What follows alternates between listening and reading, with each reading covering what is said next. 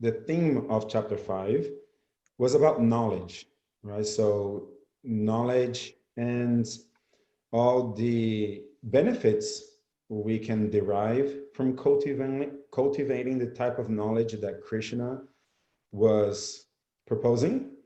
So various beneficial results, such as being able to have equanimity of vision, seeing everybody as the same, which would bring about peace in our material life. And then at the end of chapter 5, Krishna then takes this somewhat generic concept of knowledge and applies to himself, meaning that the object of knowledge at that point then becomes Krishna himself. So that is the very last text of chapter 5. So then now we start chapter 6, and I'm going to go ahead and read the text. And we only cover one text, by the way, in our last class. So this is what we're going to be talking about today. So chapter 6, text 1, the Supreme Personality of Godhead said, one who is unattached to the fruits of his work and who works as he is obliged is in the renounced order of life. And he is the true mystic, not he who lights no fire and performs no duty. So still in terms of a context, being that chapter 5, we were discussing knowledge and ultimately knowledge of Krishna. Then chapter 6, having this as the first text, it's quite interesting, right? Because again, it seems a little bit redundant. It's definitely topics that we have already covered at length. The idea that we're going to do our duty, but not be attached to the results. Well, we've covered that at length already, which to me begs the question, why is Krishna going back to this point? And if I am in Arjuna's position, you know, it's not to be taken lightly. Arjuna has been asked to do something that is extremely difficult, and Arjuna is such a powerful warrior of such great character. And for him to find himself in such a weak stage of mind, it is something really difficult.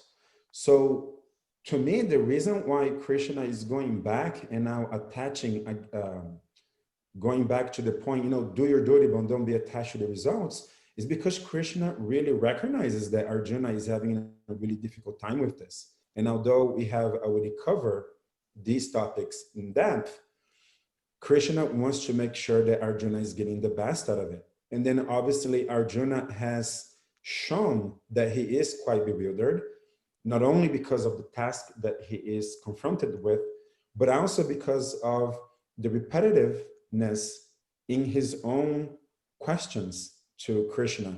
And then after Krishna being so clear in decisively telling Arjuna what would be best for him, Arjuna then comes out of seemingly nowhere and says, hey, why are you being so equivocal? Why don't you tell me definitively what's best for me, highlighting how bewildered he was. So to me, Krishna here is being not only the wise teacher, but also such a caring friend.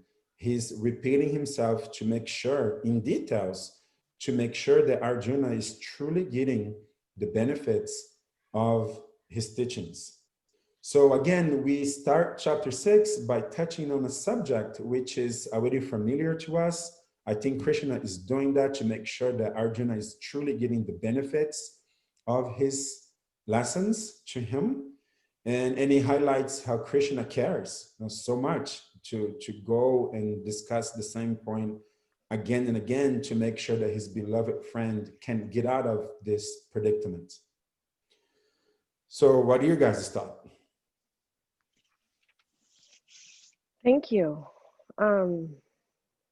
Yeah, two things that came to mind, and thank you for that recap, is that it's so helpful to remember the environment of the text that we're reading, right? Krishna and Arjuna having a conversation, the war at hand, the task that Arjuna has been given. And also simultaneously as the readers, we also need to remember that Arjuna is just representing us too, you know. And I know it's hard to even say, oh, we're like Arjuna, because he is such an exalted personality. But if we don't make this connection of actually Krishna speaking to us, then the book, a lot of the teachings will just be kind of like, oh, this is just part of the story, you know. And so I thought it was also necessary for us to remember that it's not only that Arjuna is having a hard time. I mean, he is in right now in this whole saga. But if we think about it, if I think about it, so far when Arjuna has asked the questions that, like you so expertly explained, seems so repetitive. It's like every time Krishna speaks, he's not only going over the same information, he's giving more, but I'm also realizing how much I didn't catch the time before the last time Arjuna asked that question and Krishna explained it. And so, you know, we're looking at a conversation between, you know, God and a pure, like really advanced devotee. And then if we put ourselves in that, it's like, how much more do we actually need to read this and hear this? It's like infinitely times more. So I was appreciating through your recap about like actually how much, how much Krishna is really going out of his way to not only repeat the same, I would call them general topics, but really go into different like branches of that topic, right? And he gives examples, like in chapter 5, which was something that really blew my mind, was how the general topic was knowledge, but knowledge was also the topic of the second chapter and the third chapter in so many different ways. In the 5th chapter, we see how Krishna is really giving us specific examples of how that knowledge displays in somebody that's sincere, somebody that's actually seeking that knowledge and is trying. And like we've heard from Tukaram Prabhu, these verses in the 5th chapter are very much prescriptive, right? They're describing something that we should follow if we want to get to that goal, but also descriptive of something like this is what we should be looking for also in ourselves, but also in other people that we're following that are walking this path. And so we see that knowledge is sprinkled all over, but when we really think back through the chapters, Krishna is really introducing new stuff every time he brings up, again, seemingly the same topics, right? And so, I just wanted to bring up the fact that, at least for me, it's really important to remember, yes, Arjuna represents me too. I'm like, I need to hear this. And what is it that I'm not getting? Like, what if Arjuna is asking this again? And he's like, here, what have I actually gotten it? And of course, by going through it several times, and I'm not sure, Prabhu, how many times you've read the whole Gita? Probably tens of times, right? Is that even how you say it? Sorry. Many times, right? Yes, I think personally on my own, I probably read it like around 8 to 10 times, but then undertook around Prabhu, going in depth into each text, again in purports and so on, probably another 6 or 8 times. And every time we go through it, it's like, do you ever feel, because I know even every time we get on our podcast, it's like, wow, I did not see that, or I had not made that connection. Actually, it's strange because I want to believe that what's going on is that I am increasing in my ability to recognize and realize the knowledge that is there in Bhagavad Gita. So I want to believe that, because otherwise, the only other explanation is that I'm really dumb, because like I've read it so many times and I feel like I'm reading for the first time and I never got it. It's like, how many times do I need to read it in order to understand it, right? So I want to believe the first, that actually through our chanting and our association, we expand our consciousness and are able to realize deeper and deeper truth from Gita. because otherwise I'm really just dumb and I'm reading the same book again and again and just realizing its basic teachings for the first time, you know? Yeah. And that's something that we've heard from him too. It's that you know, he's given that example of being like a little cup. And so when we're just starting out our spiritual life, there's just only so much we can hold, so much truth or grace or teachings, right? But as we stay on this track and we continue, like you said, associating and doing our part, which is our sadhana, you know, chanting, following the regs, all those things, and that cup, it starts expanding, so we're able to hold more things, more water, so to speak. And then yeah, I think that was a brilliant point that you brought up. I think it's important to feel dumb as well, to keep that humility growing, right?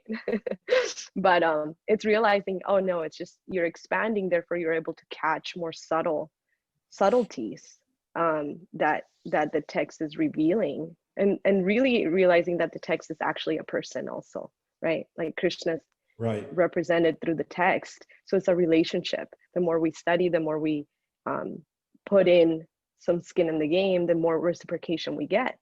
And so that's been powerful, and hearing you give that recap reminded me of how much, yeah, the topics are repetitive, but how much is actually given every time Krishna's bringing up the same topics, to flesh it out even more, in hopes that Arjuna is able to catch more, and of course the rest of us that are reading, trying to also follow, that we're able to understand the same topic in a more nuanced way. And I think something else that happens, which is quite interesting, is that it seems that Krishna really appreciates in-depth knowledge, right? Through him repeating the same topics again, he's almost pointing towards that direction, that it is worthwhile to sit with a topic and explore all of its ramifications in depth, to really acquire and digest knowledge so that it can become our own. So for example, right now, right? I mean, we are two Kamram students, so it is inevitable that we're going to reflect his approach. And one of his approach that I really appreciate is his overall knowledge of everything that's going on around the world. And currently we are in these elections, right? So this is 2020, November 2020. So presidential elections just took place. And then even also prior, recently, George Floyd and all the unrest about Black Lives Matters and so on. And when we get together with, especially non-devotees, friends in social gatherings, it seems as if everybody has their super wise 5 minutes of thought on the subject, and they want to vomit everything that they so deeply understand on that topic, which is actually really complex. You know, so then everybody has an opinion about systemic racism in America, but did you ever spend more than 5 minutes thinking about it and all of the impacts, all of the causes and the variables, the social science behind it? Similarly, now, due to elections, everybody has an opinion about, oh, but the Democrats this, but the Republicans that. But when is the next time you're going to think about it again, right? Maybe perhaps in 4 years when the next elections come about.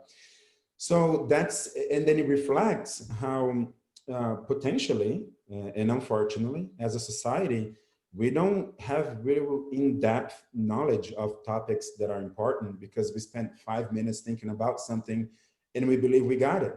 And then it transpires when we start engaging in those conversations. Oh, I do not like the Republicans. Okay, why not? Oh, because they're terrible. Well, how are they terrible? Maybe you know something I don't know and I would like to know what that is, so please enlighten me. Oh, because all their policies are wrong. And then it just goes on that cycle of just a bunch of superficial statements. And you never really get to any in-depth knowledge of anything. So in contrast to that, Krishna is repeating himself so much. Like you said, Arjuna is such a wise student. And yet they are sitting with this topic about doing your duty and not being attached to the results for so long. And like you pointed out so nicely, Varangi, not just repeating the same thing, but every time introducing a new aspect of it, another way of looking at it, another way in which that seemingly generic knowledge becomes actually very specific and in depth. So to me, I appreciate that, you know, let's not think, again, Arjuna is very wise and elevated, we're not. So let's not think that, okay, yes, I understood, I'm gonna do my duty and not be attached to the results. Now let's move on. As if it was, well, my group thinking is that I'm a Democrat, so Republicans are bad. Or my group thinking is I am a Republican and Democrats are bad. Yeah, sure, I'm gonna do my duty and not be attached to the results. No, let's actually read. Like this is the like chapter number 6 now. And we're still talking about that topic. So let's go in depth. Let's truly understand how does that apply to our lives and how can we benefit from this teaching that Krishna is giving us, you know? So to me, it points to that in-depth knowledge, like let's truly contemplate, sit with it so that we own it, so that when the challenges of life attack us, we have that available to protect us and to help us navigate through the difficulties of life and continuously make spiritual progress. Yeah, what I like about both your points is the relatability to our lives. And we've talked about this before in previous episodes about how Krishna's teachings are just so directly applicable to our lives now. And so whether it's Arjuna repeating questions in just a little different way, or us taking the perspective of Arjuna, where he is actually trying to teach us something as well as Krishna, it's just, it really gives us a good foundation. Even in this text where it says, who is obligated in the renounced order of life, how Krishna is really focused on bringing real life examples from Arjuna's life to hit home his points. What I like about Tukram's topics on consciousness and arguments for the existence of God or arguments for an all good God is, let's just start in our lives. Let's apply what is, you know, what are the traits of a good, thriving society, you know, and using those points to get back to an all good God. Or, you know, with the arguments about consciousness related to our own experiences of consciousness. And so in this text where he's talking, once again, he's now revisiting this whole idea of renunciation, where it was, and if you have the opportunity to the listener, I really encourage you to listen to Friday's lecture if it's still posted, because Tukram really went into great detail about what this part of the text means about he who lights no fire, which I thought was really interesting, about traditions in the home. And we may want to get into it, we may not, but this phrase about, and he is the true mystic. So to me, that implies that mysticism at that time was pretty revered or pretty high up there on the list. And Krishna's once again bringing context into, you're looking in the wrong direction. Like it's the real goal, the real truth, and the real knowledge is over here. So I just like how it's always applicable to our lives. Nice point.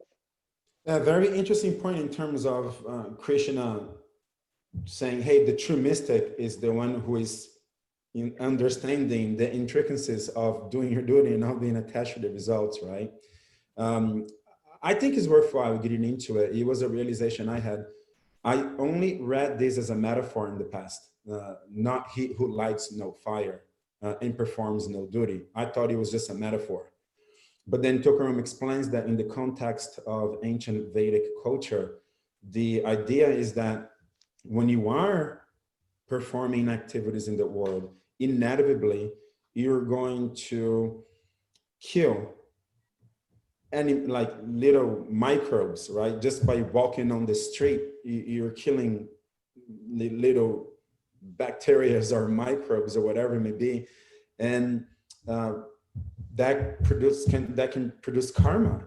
And to me, that is such a nuanced point, because what culture thinks like that, right? Like in our culture nowadays, we're killing a huge animal like a cow and eating it.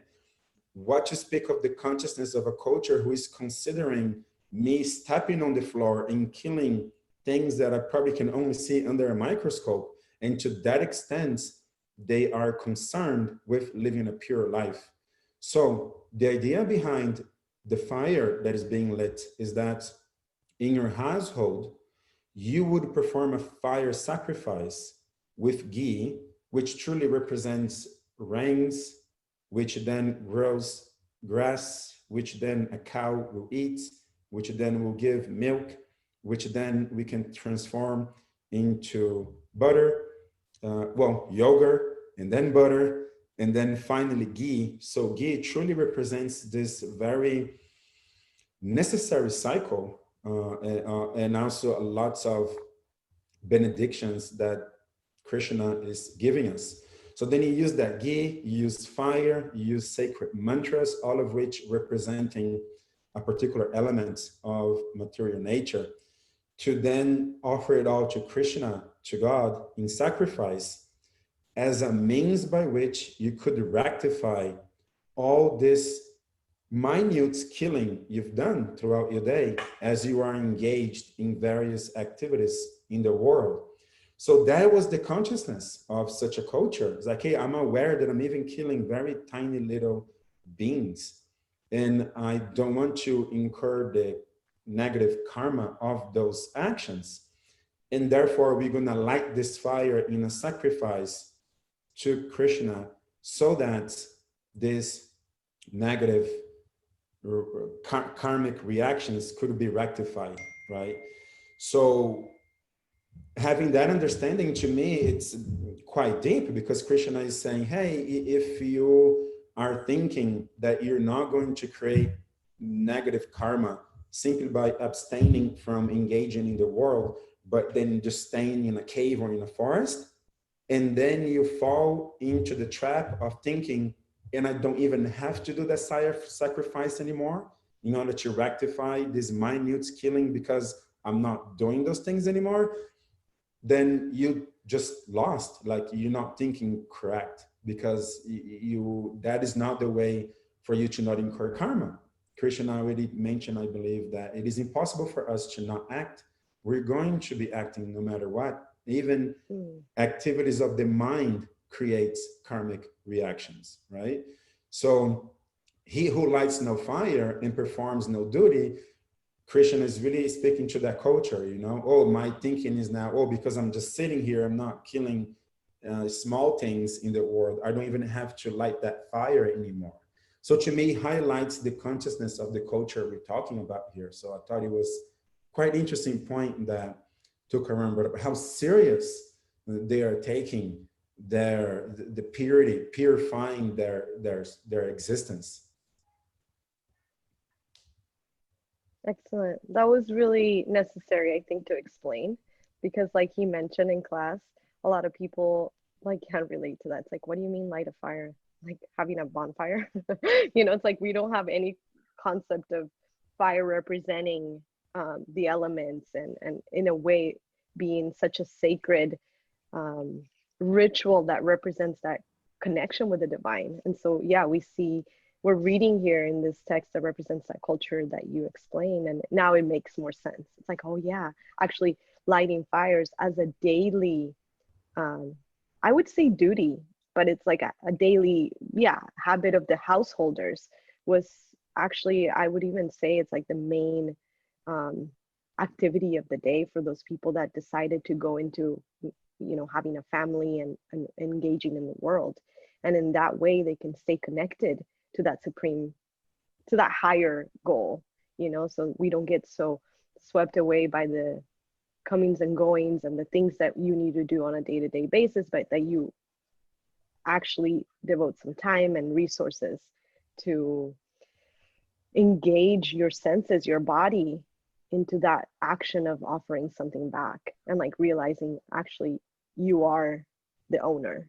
I'm just somebody that's like part of the equation, but by connecting to you, then I have a place, or I'm able to live out what I was meant to do. And I thought that was a nice segue for what this chapter is about, because something that really hit me when I first read, not first like ever, but going over this text, the end of chapter 5 and moving into 6, the first text, I was thinking, okay, Krishna is bringing up again the topic of being a sannyas, right? A sannyasi, a renunciant, and working, being a yogi and a sannyasi is the same thing, right? It's different than what it was previously thought of. So a yogi is now somebody that works, that is engaged in this world, but is renounced internally from the fruits. And I thought, okay, to get to this point, you know, in the 6th chapter, Krishna must introduce something else because it can't just go over the same thing. But also, you have to have had some type of not only knowledge, like theoretical, but have had to practice it and gotten something that could have or should have motivated some faith in you in order to actually then move into the next step, which is making moves and like actually allowing that theory to start taking or growing roots in your life. I guess to be more specific is in chapter 5, we saw all these different examples about how somebody that's actually and genuinely interested in spiritual life is really careful. And again, going into your point that you made earlier, which I thought was really brilliant, really careful about going deeper, not just like sounding good and not just like finding a quote on social media and like then living by that, but actually sitting with it, which is dhyan yoga, meditation, like actually sitting with your intentions and why and all that. And so in the 5th chapter, we see how this kind of person is really focusing on developing a better understanding of the senses and being really careful with anger, and also extreme, you know, getting really happy when things get good and getting really depressed when things go bad. And somebody that can balance those feelings, right, is able to achieve peace. And so that was huge to read in the 5th chapter. Krishna is giving examples of what that knowledge looks like in a person that is sincere. And so, you know, you brought up today's times in the United States, and I think even the world, because the whole world is like, whoa, what's going to happen in the United States for the next 4 years? You know, reading this and really putting it into perspective into like, well, where's my state of mind? Where's my emotional state? Where's that state of other people and our country when it comes to things like this? Politics, yeah, they're important. We're choosing leaders to make huge decisions that will impact huge amounts of people and the world. So yeah, of course it's important. But to what extent are we really letting ourselves believe or misidentify with the fact that if this person wins, then I'm happy and I'm set. If this person loses, then I'm really doomed and life is going to be terrible for the rest of our lives. Or, you know, how much do we give over, do we hand over our peace of mind, our happiness, our internal connection to things that we really have no control over? And not that we don't have any control over that. We have some control. Some of us, most of us are able to vote and we exercise that vote, and that's as much as we can do, right? But really not letting external things, external situations, even our own senses when it comes to anger and getting so happy and so depressed, get the best of us to the point where we actually forget that we're not the doers, that we're not the main, the protagonist of this whole story. And so in reading Srila Prabhupada's purport to that first text in the 6th chapter, I was appreciating how he's really putting into perspective that it's all, I believe it's the first, to the first chapter, if not for the last text of the 5th. Now I forgot. I read a lot of purports today. But Srila Prabhupada was really driving the point of this whole process is to help us remember who we are and who Krishna is. And if we're able to know that, then you're peaceful, because you're really connecting in that cycle, you know, just like what you explained about the ghee and how that fire represents that connection. When we are able to put all these theory into practice into our own life and really make that a deep meditation, then we're able to really comprehend where we stand in that equation. And so whatever happens that's out of our control, it no longer has that much power to either make us so elated or make us so depressed, right? Because we are able to see things as they are.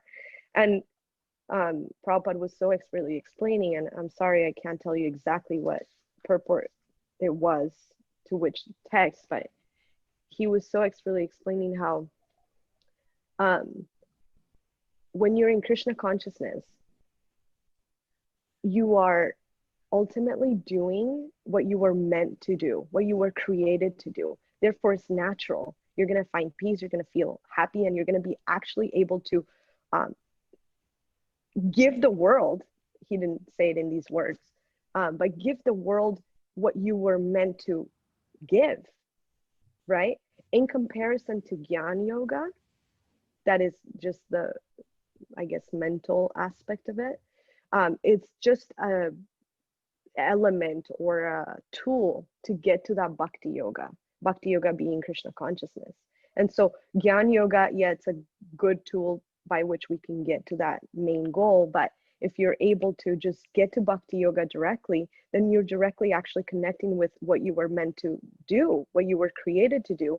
Therefore, there's no other external additional thing that you need to strive for, because you're already there. So it's now a matter of just peeling back the layers of, you know, covering, but you're connected now, which is, you know, when I think of myself, it's like, okay, at least I'm on this, I'm trying in this platform, as opposed to trying to figure out in so many ways how I can make myself valuable, or what I was meant to do, and how I can actually change the world, and how if I choose the right person and that person gets elected, then I'm actually worthy of my life or my right to vote or whatever it is.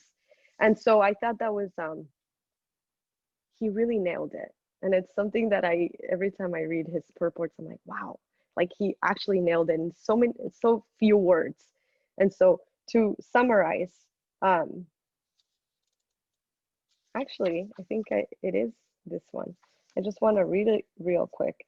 In this chapter, which is chapter 6, the Lord explains the process of the Eightfold Yoga system, which is the means to control the mind and the senses. However, this is very difficult for people in general to perform, especially in the age of Kali, which is now the age of quarrel, hypocrisy, differences, and division, right?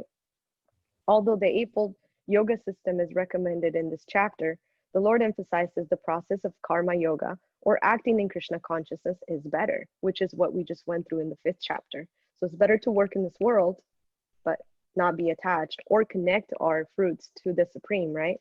Than to do this like super difficult physical exercise to try to control the mind. Everyone in this world is acting to maintain his family and their paraphernalia, or their stuff, like their houses and cars and jobs and stuff. But no one is working without some self-interest. Everyone is doing for something for themselves, some personal gratification. The criterion of perfection is to act in Krishna consciousness. The point of perfection is to act in Krishna consciousness, and not with a view to enjoying the fruits of work. To act in Krishna consciousness is the duty of every living entity, because all are constitutional parts and parcels of the Supreme. The parts of the body work for the satisfaction of the whole body. The limbs of the body do not act for self-satisfaction, but for the satisfaction of the complete whole. Similarly, the living entity who acts for satisfaction of the Supreme Whole and not for personal satisfaction is the perfect sannyasi, the perfect yogi. And I thought that was so just cleanly explained. When we finally get to that platform of Krishna consciousness, then we're able to really act seamlessly and peacefully in this cycle, because we're like a limb of the body. The body, like the hand is not fighting with the stomach, because the hand wants to get the food. It's like the hand is so happy that it gets nourished when the stomach is getting the food directly.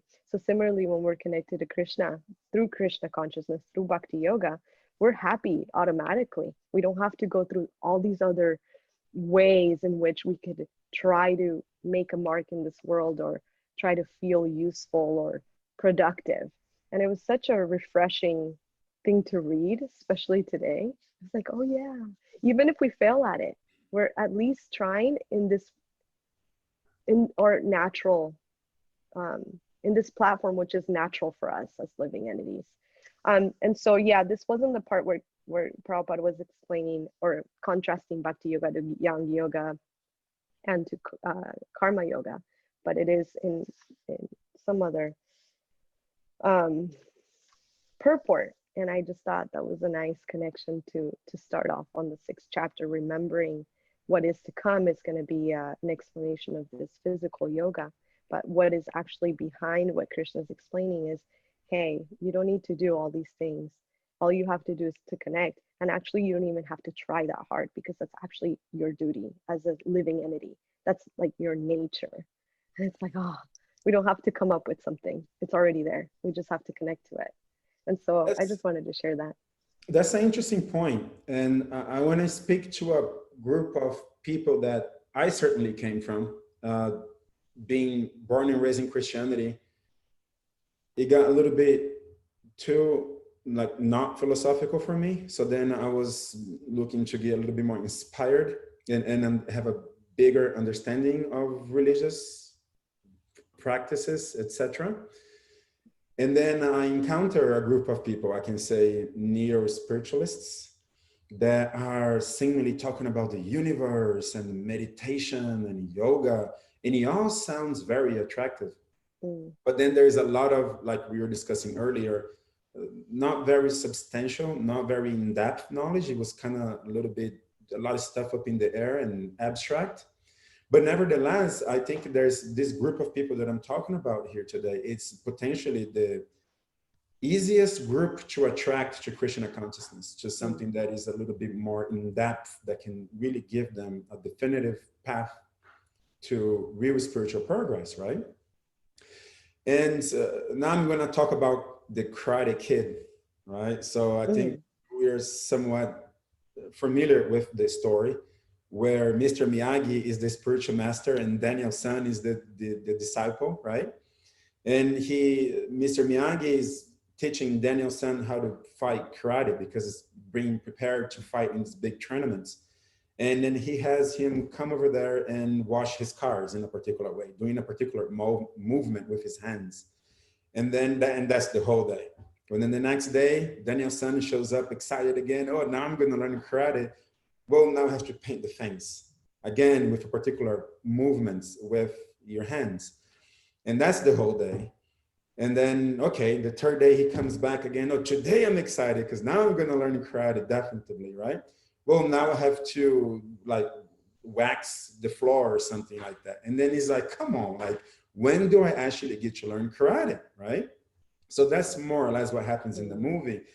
And I kind of got that experience when I was first introduced to Bhakti Yoga, because I was listening about Jnana Yoga and Karma Yoga and Dhyana Yoga, which is this particular chapter where we control the mind and then we meditate and then we concentrate and then we hold the mind within, and the Kundalini Shakti, that is the vital energy of our body, will rise through our chakras and finally hit the chakra in our forehead, which is going to open our third eye, and we're going to go through this gateway of mysticism, and then we're going to realize the light that we've always been. And all that was kind of very attractive. And I'm like, okay, but Bhakti Yoga now, I just think about Krishna and I just serve Krishna. Well, that's kind of boring. Like, what else is there? Like, where's the mystics aspect of it, right? So then the realization was that Jnana Yoga is really about knowledge, right? Through knowledge, you become self-realized. Karma Yoga is about acting properly so that your actions are such that will elevate you in spiritual life.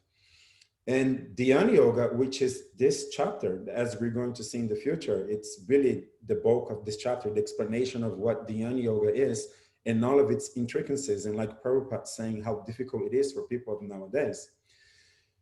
But it is all about controlling the mind. Even Patanjali, who wrote the Yoga Sutras, so definitively that nobody attempt to define yoga anymore, because his work in the Yoga Sutras is so powerful. Everybody just laughed at that. And essentially is about controlling the mind, which is very similar to this Dhyana Yoga, what Patanjali explains in his Yoga Sutras. But now let's consider Bhakti Yoga. What are we doing in Bhakti Yoga? First of all, we are only thinking about Krishna. It's going to require a tremendous amount of mind control. Because think about it, if you were a devotee trying to chant, and you spend about an hour and 45 minutes chanting Krishna's name, you're supposed to be thinking about Krishna's name while you're chanting. But I can speak for myself and perhaps a lot of others people that I have had this conversation with. Your mind is going to go everywhere and it is not controlled.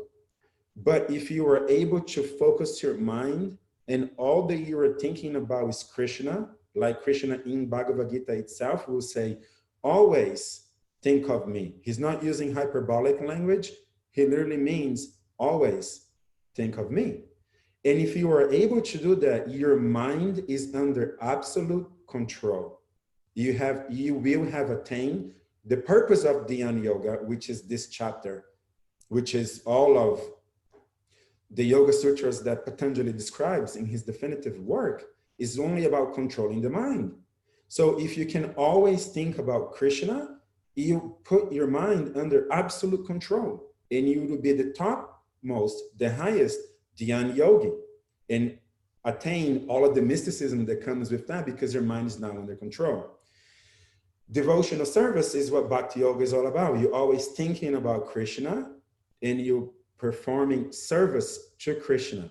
Service really calls you to act. You're acting, you're using your physical body to do stuff in the world, to serve Krishna, whether you are writing books or distributing books, where you are going to the temple and performing various festivals, etc. This is all the engagement that a Bhakti Yogi is used to.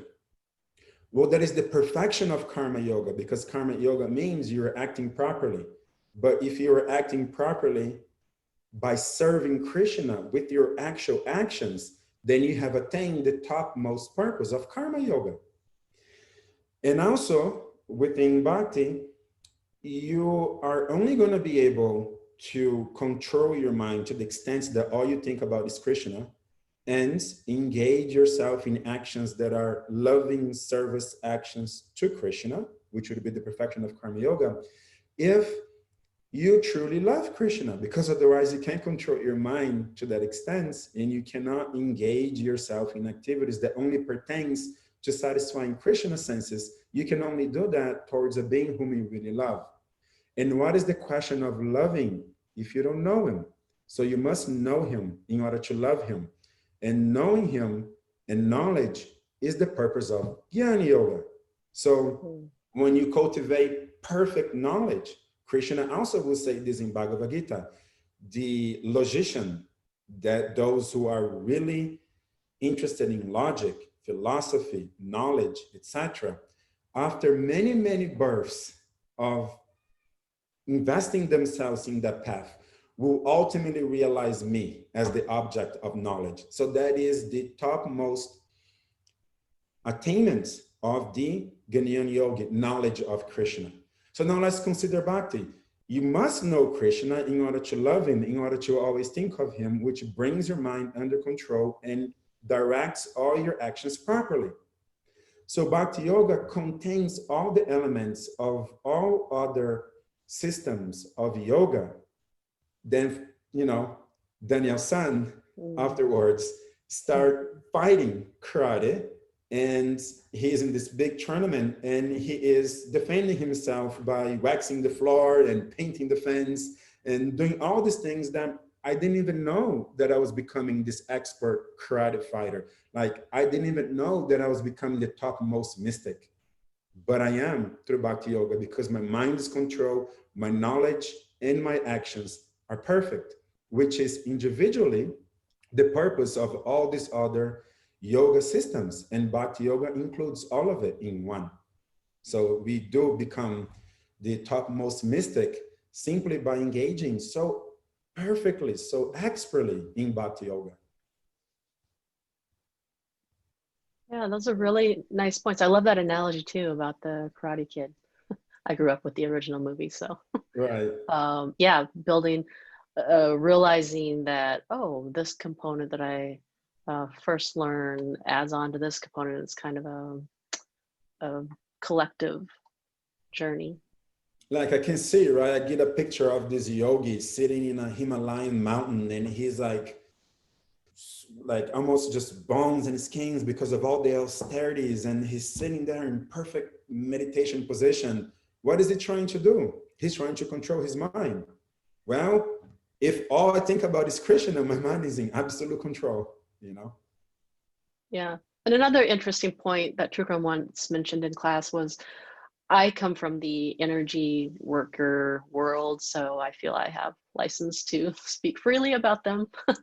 And that is that all of their energies are so focused on manifesting and mindfulness. And what does mindfulness even mean? Like you said today, you know, controlling the mind from this or that so that they can manifest this or that. And it's such material pursuits, and their goals, just by the nature of what they're pursuing, a better career, a better relationship, this and that, is just lacking. It's not very spiritual, even though all of them subscribe to the spiritual but not religious path. So it's interesting when you break it down to what are your energies moving towards. And I think that's very indicative of where your mindset is. So yeah, I really enjoyed your points. Yeah. Super All right. interesting. All right, well, thank you guys. I'm looking forward to the rest of the chapter, getting more into controlling the mind. We'll see where we go. Yeah. And thank you for listening. And once again, if you can tune into Tukram Prabhu's Gita class live every Friday evening at 7:30 Pacific. And I highly encourage you to do that because he's a very dynamic teacher. So, And not all the classes get posted. So yes, if you want to get in and make sure that you join us live, because a lot of times, you know, the class takes us to a different route and then we decide not to post it. So if you don't want to miss out, join us live, either through Zoom or Facebook or Instagram Live. And yeah, so you don't miss out on really amazing conversations, right? Last Friday's was like, and it didn't get posted. So yeah, for sure. don't miss Yeah. out next time. Yeah, and it's the ISKCON Laguna Beach Facebook page, or tukaram.das, DAS, for Instagram. So we're out there. All right, thank you guys, and we'll see you again next week. Haribol. Hare Haribol. Krishna.